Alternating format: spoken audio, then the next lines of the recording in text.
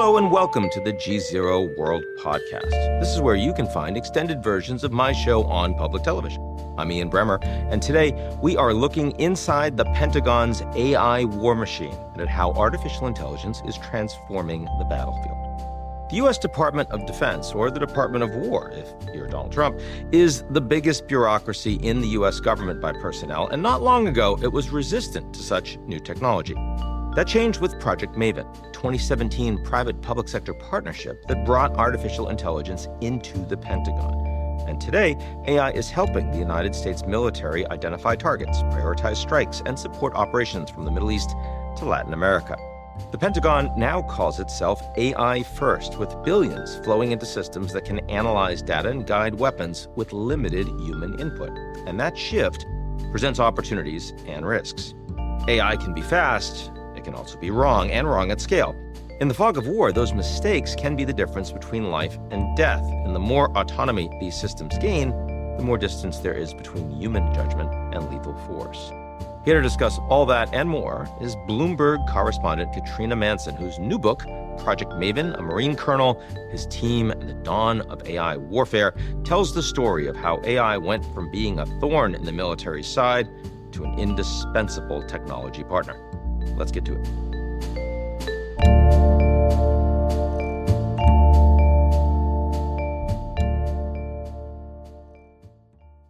The GZERO World Podcast is brought to you by our lead sponsor, Prologis. Prologis helps businesses across the globe scale their supply chains with an expansive portfolio of logistics real estate and the only end-to-end solutions platform addressing the critical initiatives of global logistics today. Learn more at prologis.com.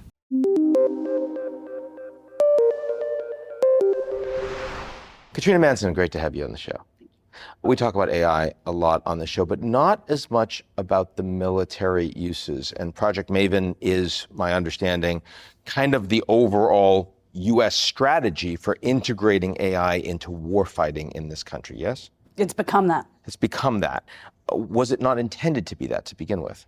At the very beginning in 2017, it was very narrowly scoped in public, just to bring what is called computer vision to analyze video drone footage and find what was on it, identify objects on video footage through machine learning, through algorithms. Before that, they had humans looking, but they didn't have enough humans looking. So they found out they were looking at maybe 4% of the entire drone footage. And so they wanted machines just to take on that work. That was the official way in which Maven was presented, not only to the public, but also to the Pentagon workforce. But it always went much further. And from the beginning, this was Silicon Valley helping. They were the ones that were providing the support? This was the hope, but both those things were difficult. So the initial aims were actually much broader than just bringing computer vision to drones. It was, I learned through the process of researching this book, to bring AI and put it at the heart of how America makes war. And it was always seen by Maven's backers as a stepping stone to autonomy, to actually removing humans ultimately from the loop, or bringing humans and machines together, not just for computer vision, but for multiple different types of intelligence and combat operations. So the scope was very wide. And was Google the only company working with the Pentagon at that point, the initial point, or were there others? One of the other key things that Project Maven was trying to do was bring in Silicon Valley. So for years, the Pentagon was depending on the big defense primes, Lockheed Martin, Boeing, all of these ones that people know. And they felt, cutting-edge AI, and that meant Silicon Valley. The chief of Project Maven, who was one of the founding visionaries for it, desperately wanted Google. This was Robert Work? This is Robert Work. He was the backer as Deputy Defense Secretary at the time. He saw AI as a stepping stone to autonomy. But the man he appointed to run it day to day, the chief of Project Maven, was a Marine Corps colonel named Drew Kukor, whose story I tell. He wanted Google DeepMind. And he didn't get them. Demis Hassabis is very publicly against AI warfare. Certainly at the time in 2015, he'd signed on to a letter. He couldn't reach them. He couldn't convince them. So he moved to his next favorite option, which was Google Brain. He couldn't get them either. So then he moved to what was told to me was described as Team B at the Google, which was Google Cloud. They were just getting going. At the time, Project Maven came to them. I think they only had 4 customers. So they were much more willing to work with the Pentagon. And they started trying to really bring Drew Kuchel's vision to life, which was one, to identify objects, but also he had this vision to create almost Google Earth for war. Google Earth was already used regularly by military operators, but the platform itself hadn't been adapted, and that's what he wanted. He also went to multiple AI startups. Some of the best brains were running, would you believe it, a company that worked with a wedding blog. And so they were using their computer vision algorithms to identify the tiers on a wedding cake, bridal veils, suits of a groom. And Drew Kuchel got on the Amtrak. He came down to New York and said, I need you to work on war. I believe your algorithms can save lives. And he made this pitch to this company, Clarify, and they started working with the Pentagon. So, I mean, before we talk about things that are concerning about the integration of AI into warfighting, I mean, to be clear, it's almost inconceivable that you wouldn't use AI to help the Defense Department when you're using it for literally everything else. I've heard for decades that there's too much information that is collected that humans can't possibly sift through it all. It's an overwhelming task to understand, how to track down a terrorist, how to understand what threats to the United States might actually be. Those vectors, you're going to want to use compute, right? So, I mean, how much of what of what initiated this project was something, in your view, that makes a lot of sense, and that if the Americans didn't do, others were going to that are adversaries? The Department of Defense likes to say they've been using AI for 60 years. So whatever AI was back then, they were trying to adopt it. The main problem that AI was trying to solve in 2017 or so was this problem of too much data. Right. So it wasn't Which was a real problem. A real problem Yes. for them. Drew Kuchel himself had been deployed to Afghanistan in 2001, soon after 9/11, and had found that as an intelligence officer, he could not get information to operators on the front lines who were very soon suffering the consequences of improvised explosive devices. And nobody was tracking sufficiently data that might help them figure out where the next IED might be laid. Eventually, what they did was they brought in data analytics over the coming years. But until then, they were relying on PowerPoint. They were sometimes logging incidents just on paper. They would create wheels, circles on the wall like pizza slices, and try and work out chunks of time when attacks happen, and then start correlating it even with the moon, because it turned out that the Taliban was laying these bombs according to the weather systems. Now, data collection, bringing that information together, logging which house was which, began to be the beginnings of what the US military saw as this possibility that data could help them plan better for war.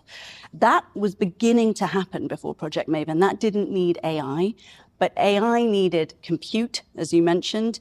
It needed cloud, which didn't exist at the time Project Maven started going, and it needed really good data, accurately labeled data. And no one had tried to do that before.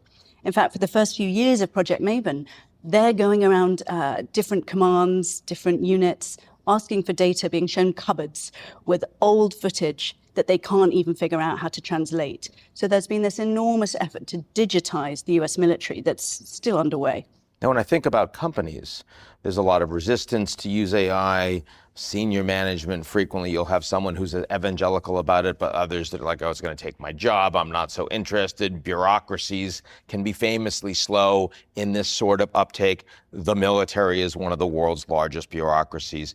How effective has rolling AI out across the Department of Defense actually been over the course of the past decade? At the beginning of Project Maven, the team trying to bring AI to this large bureaucracy felt like they were fighting a rearguard action, an insurgency inside that very big office. And they encountered resistance really everywhere. They couldn't get the services even to play with them, never mind to start funding this effort. They were constantly experiencing military operators who said, I don't need this stuff, I don't trust this stuff, I have my way of doing targeting, for example, one of the most critical and consequential decisions that the US military makes, and they didn't want to go near AI. It's begun to change, but I would say there's still enormous concern and debate inside the Pentagon. And even for Drew Kukor, who was leading it, he told me that he was told he could fire whoever he wanted in order to get this done. He always felt that getting AI into the department would be a knife fight, and it would depend on adoption, testing, and really getting it out into hot wars, doing something very controversial in order to incrementally improve it and adapt it to what people actually needed. Now, when we look today, would you say that the principal military primes, the big military industrial companies, are they adopters? Are they saying, yeah, we're fully on board, we know that our systems need to be integrated with AI because that's important? Or are they acting like legacy providers that are trying to defend big spends on older systems and keep these new guys out? It's a little bit of both.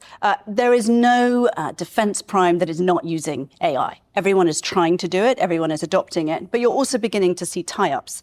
So Palantir, which makes the user interface for Maven Smart System, that's the platform that comes out of Project Maven. And is it fair to say they're the principal beneficiary as a private sector company so far of AI utility in the United States military? I think that's absolutely fair. It wasn't always going to be that way, but when Google drops out, it decides not to renew its work on Project Maven. The backers of Project Maven seek help from Palantir, and they end up making this interface like a Google Earth for war, on which you get a display of friendly forces, foe forces, and then potential targets, other information, including elevation, location, precisely what's there. Well, that's the aim. And it's developed over the years to something where you can click through to an element called Target Workbench, pair a target with a weapon system, and then allocate that to be fired at. So it's becoming an integrated digital system, and Palantir has the contract for that. So it became a prime contractor for Project Maven back in 2020. And they're now working with the Lockheeds, the Northrops. Exactly. And particularly as this second Trump administration came in, with these huge threats that the defense primes need to reform, that they want to adopt AI, they want to go fast into autonomy, all these words that people weren't particularly prepared to say in public before. The second Trump administration is saying we want to put more than $56 billion towards drones in the next budget. We'll see if Congress says yes to that. Into autonomy, into autonomous warfare. They've even created a group called the Defense Autonomous Warfare Group, or DAWG. But they have been changing the way in which they require defense contractors to work. And so you began to see a tie-up between the Palantirs, the Andurils of this world, and some of the traditional defense primes, as everyone was jostling for the new contracts and to suggest that they are viable, not only at hardware, but also at software. Now, when we look back at the original desire, which is integrating all the data that's coming in, being sure that when you have intelligence, you can actually assess it, would the Defense Department now say that with AI, they are able to assess the intelligence that's coming in, or is this a never-ending problem? Some US agencies are even producing intelligence documents solely using AI that no human eyes ever look at. So they are very proud of this effort in the past few years to dive exactly into this process. There are multiple ways in which AI isn't satisfying even them, never mind the detractors who are worried about it. The computer vision still doesn't work right. They haven't figured out cloud. They haven't figured out how to link together sensors and shooters. But this is the big all-encompassing project of what the Defense Department is moving towards. And Maven is at the heart of that effort. What is AI doing today in warfighting in the United States that people would be surprised about? The one that surprised me the most, this is a narrow project, but I discovered one called Whiplash. This is a program to put AI into automatic target recognition and into autonomous navigation on something that America makes a lot of that China doesn't, jet skis. This is autonomous jet ski robots armed with explosives. And the idea, the concept behind it is that once you have an autonomous weaponized vehicle, you don't need to worry about jamming. So if you don't have your communications link at risk, it, if it's reliable, can go and find a target and execute against that target. The scenario in mind for that is the defense of Taiwan. So if China ever decides to make an invasion attempt of Taiwan, and if the US ever decides to defend Taiwan, that could be the sort of vehicle that might help stave off an invasion over a short period of time. These are usable presently? These are in production.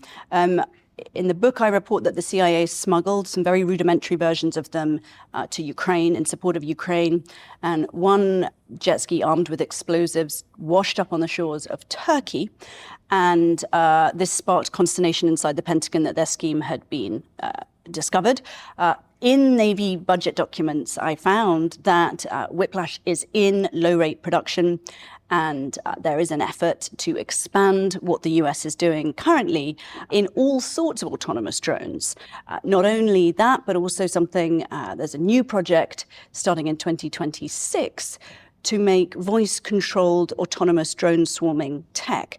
This is the idea that a commander could say something like left, and then a group of drones would take on board that instruction. It would be translated using an LLM, and the drones would then be able to move as a swarming group. Now, my understanding is that as of today, what this technology is doing for targeting is it's helping to identify targets. It's making recommendations. A human being is giving the go, no go, and then the weapon system is deployed. Is that correct with like these jet skis, for example? Is that the way it works? With the jet skis, I'd say that's under development. But with Maven Smart System, where that process you explain is happening, AI is being used in two ways. You've got the computer vision helping to select or identify what's there. But that's not the only source that the US is relying on. More than 179 different data feeds feed into Maven Smart System.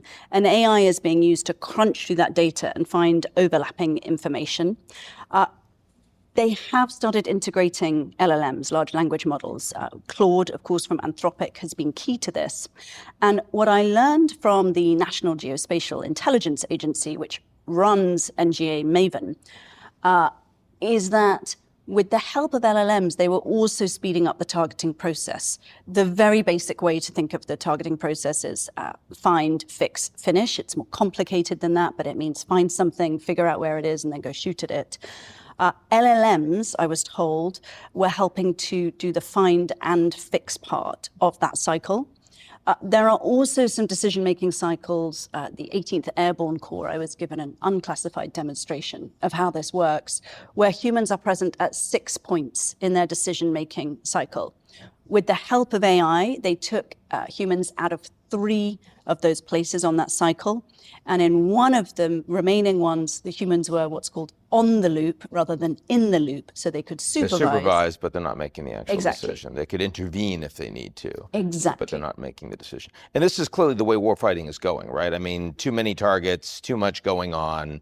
There's strategy being done by human beings, but actual deployment and decisions are increasingly being made by AI. Is that correct? The decisions, I think the US military would strongly fight back and say the commanders are making the decisions.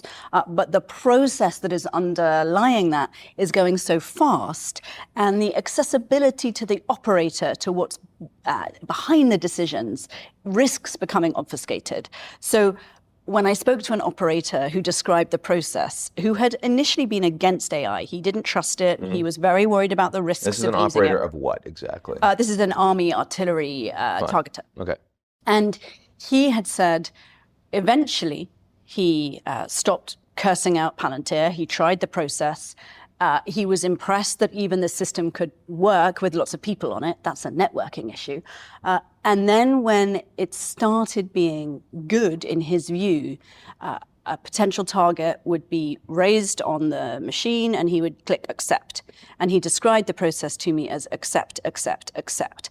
Now, if a lot of targets are running through that process and you can't see as an operator underneath the hood why the machine is surfacing that as a target, you may begin to lose the ability to check, to verify, to cross-verify. Of course, the people who believe in this system say to me, humans make mistakes all the time in war, and the machine can't be worse than a human. We just don't know yet. At the moment, computer vision regularly doesn't do as well as a human, but the humans then select from the information that's put in front of the human. And it is clearly enabling the US military to do things much faster and on a much broader scale. And again, I mean, we're seeing this play out in plenty of non-war fighting environments. You want to know if you have early stage cancer. You want to understand, you want to be able to read, a report, an X-ray. And increasingly, we're in this in-between environment where human beings do a pretty good job, but human beings with the assistance of AI do a significantly better job. And then suddenly you start trusting the AI more than you're trusting the actual doctor. And in that example, which could be a life and death example, as of course it is on a military operating combat, it will come down to the evaluation. It will come down to the detail. Can you really rely on that AI? We know that when you rely on AI, you're also relying on it to make mistakes. That is intrinsic to the very nature of AI.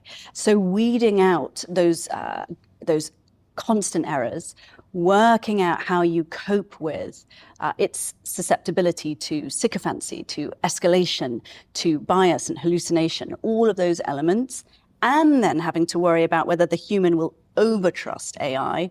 All of that the US military is aware of, but they do not yet have sufficient fixes for. Now, at the most advanced levels of LLMs, the latest DeepSeek models are said to be some 3 to 6 months behind the American models. Having said that, the Chinese have a lot less worry for legacy systems in their military. Their labor is a lot less expensive. They're focused a lot more on advanced technology as a percentage of their spend, but the Americans spend a lot more money. Where does the United States and the leadership of the military, where do they believe they are compared to the Chinese in deploying AI in warfighting? They don't make public their real intelligence assessment. My read on it is that the US military thinks they are further ahead at adoption, at practicing the workflows and at actual combat experience. And part of AI is about technology, but the other part of AI in warfare is about having operators practiced with it, seeing when it goes wrong. For example, when the US started using AI in support of Ukraine in 2022, after Russia invaded, the algorithms didn't work.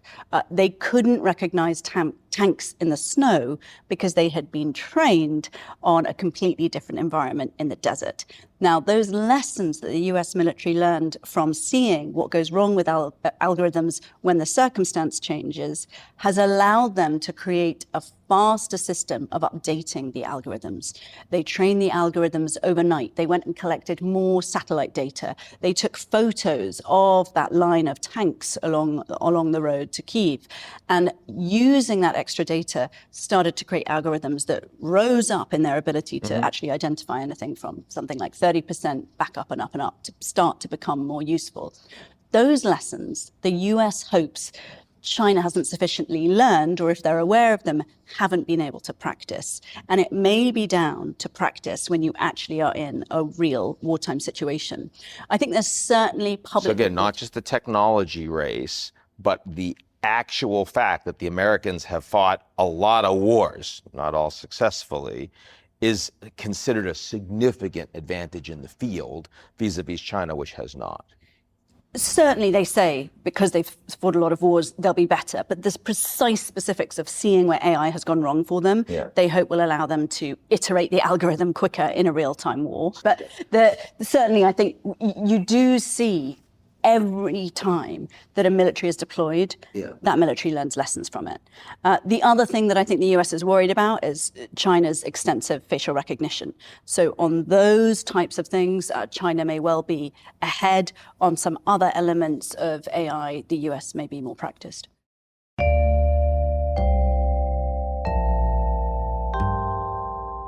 The GZERO World Podcast is brought to you by our lead sponsor, Prologis. Prologis helps businesses across the globe scale their supply chains with an expansive portfolio of logistics real estate and the only end-to-end solutions platform addressing the critical initiatives of global logistics today. Learn more at prologis.com.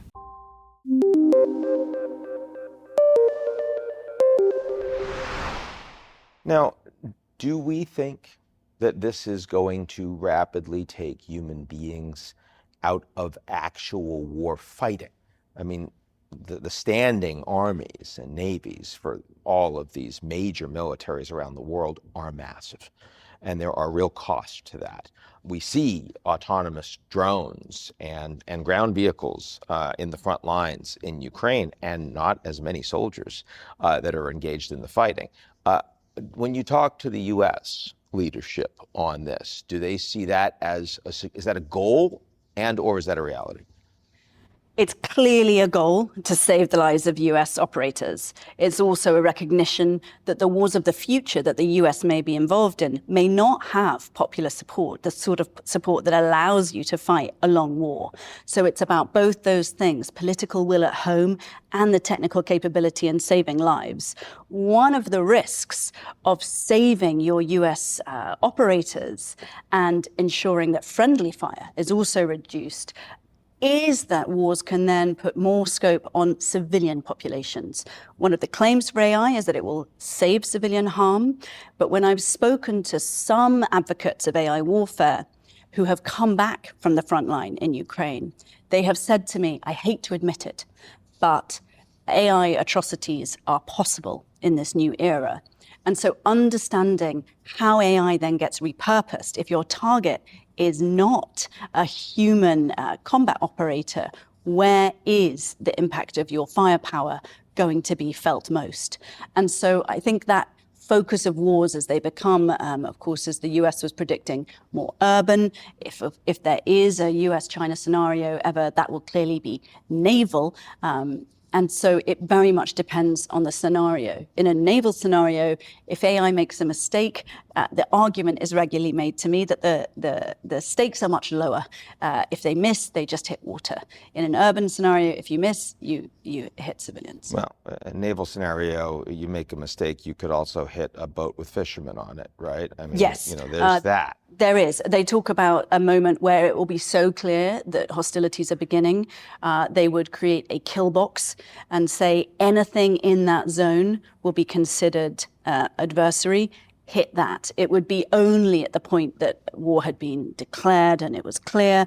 But of course, you're relying on algorithms that if it goes wrong, may even search out your own vessels. And so friendly fire will continue to be a concern. And also, I mean, declaration of a kill zone. I mean, here I think another war where we had lots of AI being used, advanced military, is Israel into Gaza, Israel into Lebanon. And there you've got, leaflets that are being dropped and the Israelis saying, okay, there's 1 million of you here, and in a couple of days, this is going to be considered a kill zone. Well, that doesn't obviate responsibility to avoid targeting civilians. Talk about what you've heard and the reaction that your assessment after watching the way that AI has been deployed by the IDF, the Israeli Defense Forces, in their war in Gaza. I have no reporting on exactly how the IDF used it, so I rely on the work of other reporters. There is very strong reporting from 972 magazine, which it's not just me citing. Mark Milley, the former chairman of the Joint Chiefs of Staff, has cited their reporting that very little time was used in between strikes to review the information that AI was surfacing before striking it. I've also spoken to US military officials and formers who have looked at the way the IDF has used it. And one went and spent time with the IDF, came back and was part of this effort that analyzed it and said Israel has not broken the law of war, the laws of armed conflict. However, they were using systems in a way that felt potentially uncomfortable for the US military tradition, they were leaning in towards autonomous processes in a way that the US had never at that point leaned anywhere near as close. And that a lot of this came down to the threshold of civilian harm that the IDF may have been comfortable with for each strike, including at mid-ranking and lower-level targets, that the US might not be comfortable with the same numbers. Now, those numbers aren't made public, but my understanding is that IDF was prepared to have more casualties per mid-ranking target than the US ever was. Understood. You do get into this debate about which is the most significant, policy or AI.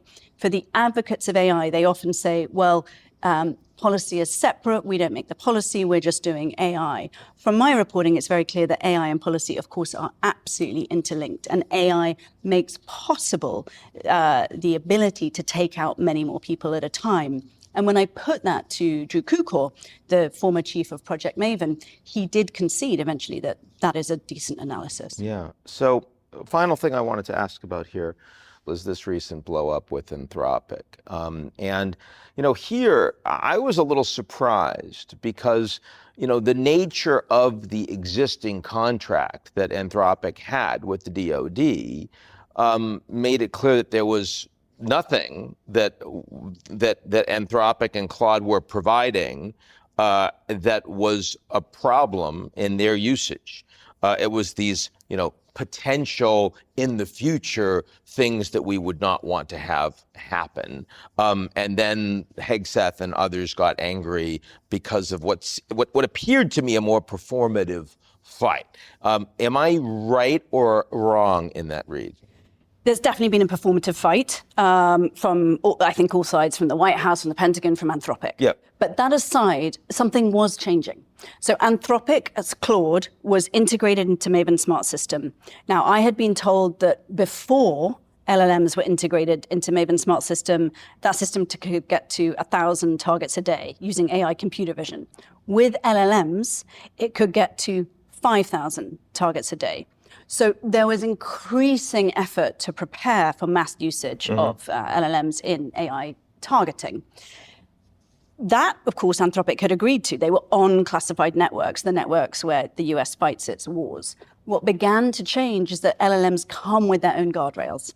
So in the way that a military operator might say something like, help me make a bomb, an LLM would say, I'm not able to make a bomb. And so any military LLM needs to have different guardrails. It needs to be able to do this work. As the Pentagon tried to renegotiate this language, that is where they came up against these so-called red lines. Here are things that we would not allow it to do. So as we loosen our restrictions, we have these two things that we won't compromise on. They're very interesting things. One is fully autonomous weapons. I would say Anthropic has shifted its position in public a little bit on that.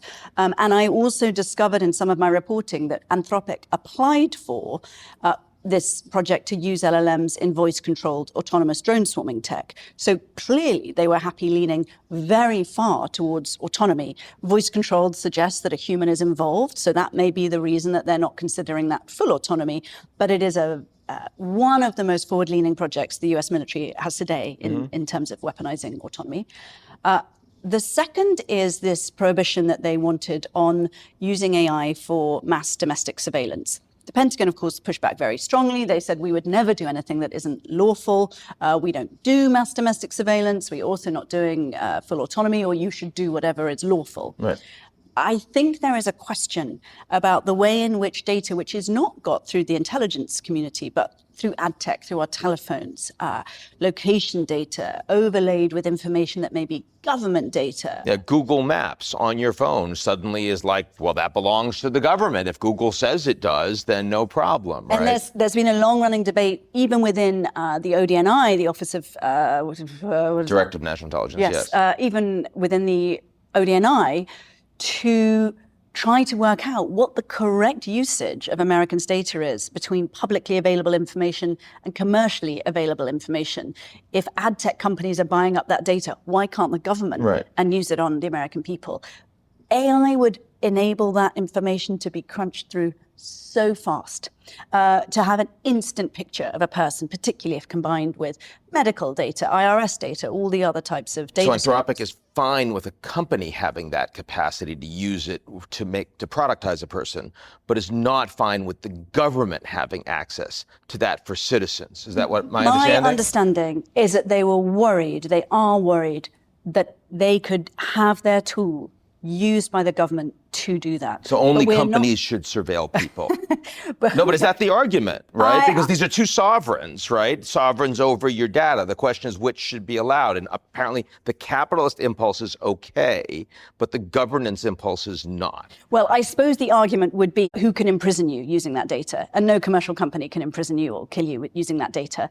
The government obviously has many more tools at its disposal if it wishes to go after someone or deport them. And in the case of a company like Palantir, their data analysis tools are now being used in support of ICE.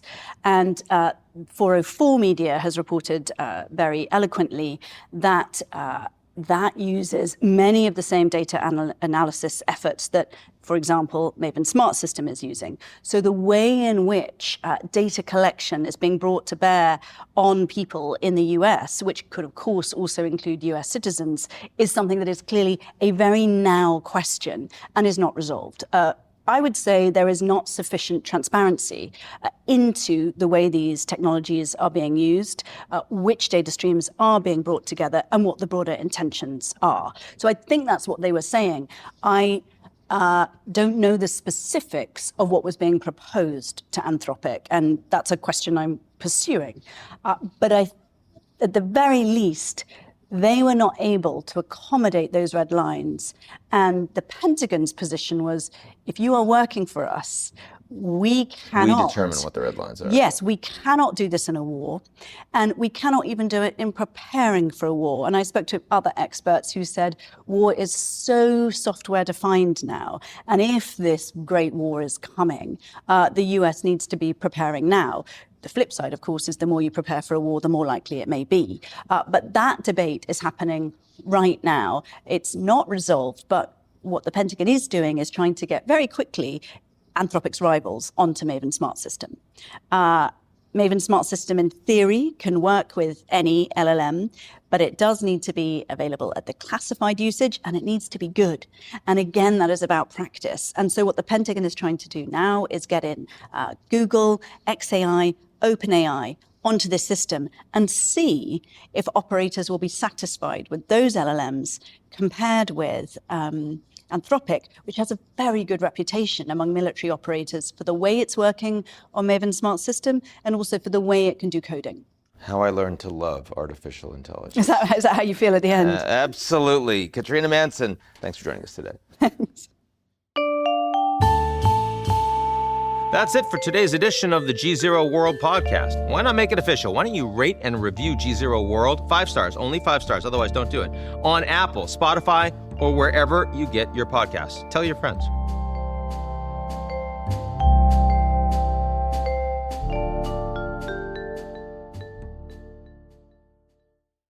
The GZERO World Podcast is brought to you by our lead sponsor, Prologis. Prologis helps businesses across the globe scale their supply chains with an expansive portfolio of logistics real estate and the only end-to-end solutions platform addressing the critical initiatives of global logistics today. Learn more at prologis.com.